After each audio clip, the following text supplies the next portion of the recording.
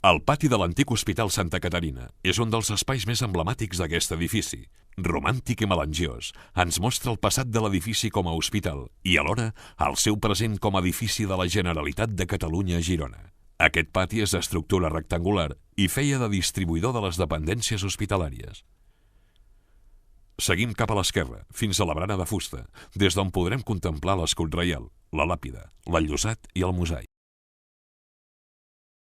L'escut és dels pocs elements que es conserven del primer Hospital Santa Caterina, derruït el 1654, situat a l'actual emplaçament de la plaça del Lleó.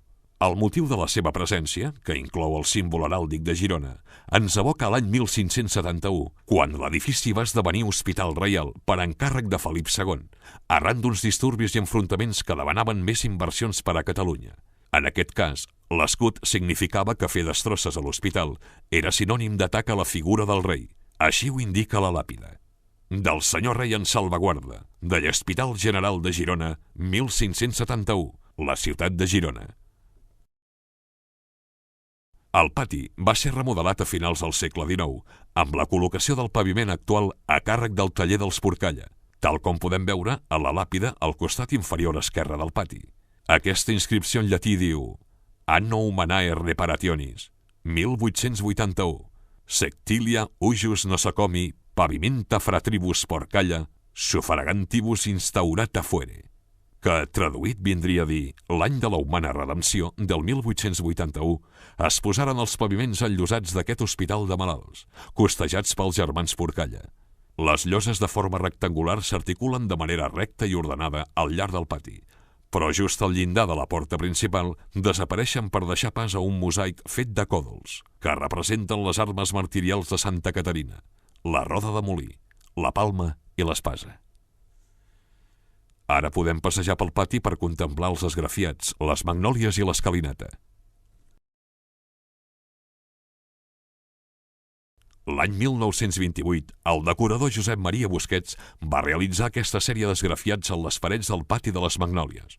La temàtica és ornamental, columnes salomòniques i elements geomètrics, però en destaca la paret sud, un rellotge de sol i les figures de Santa Caterina i Sant Jaume, els sants titulars de l'hospital, amb els atributs del seu martiri a la paret nord. Josep Maria Busquets, membre de tota una nissaga familiar dedicada a les arts decoratives, va realitzar diversos treballs, la majoria vinculats al cercle artístic de l'arquitecte noucentista Rafael Masó. La restauració d'aquests esgrafiats es va dur a terme durant el 2008. Els tons ocres dels esgrafiats, juntament amb les 10 magnòlies repartides a cada banda del pati, ajuden a tenyir aquest espai d'una elegància especial. La magnòlia, per la seva banda, és un arbre de fulla perenne, oblonga i brillant, que prové dels Estats Units. Floreix a la primavera amb una flor molt característica, bonica i perfumada. Al fons del pati rectangular hi ha una escalinata construïda al voltant del 1750, que dona accés al primer pis i al vestíbul de l'hospital. Aquesta escalinata, d'un sol tram, està emmarcada per un arc de formes barroques, que ressegueix el mur amb uns capitells toscans, unes pilastres adossades i uns pedestals escalonats. Un vitrall amb l'escut de Girona en forma de timpà presideix l'entrada.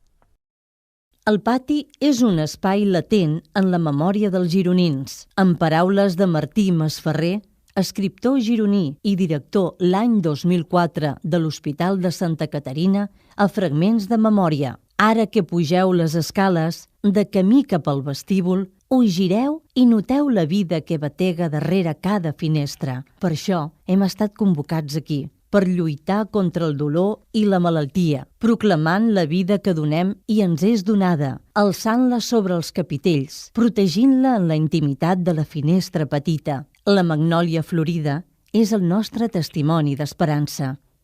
Pugem l'escalinata i arribem al vestíbul. La guia continua prement el botó de següent.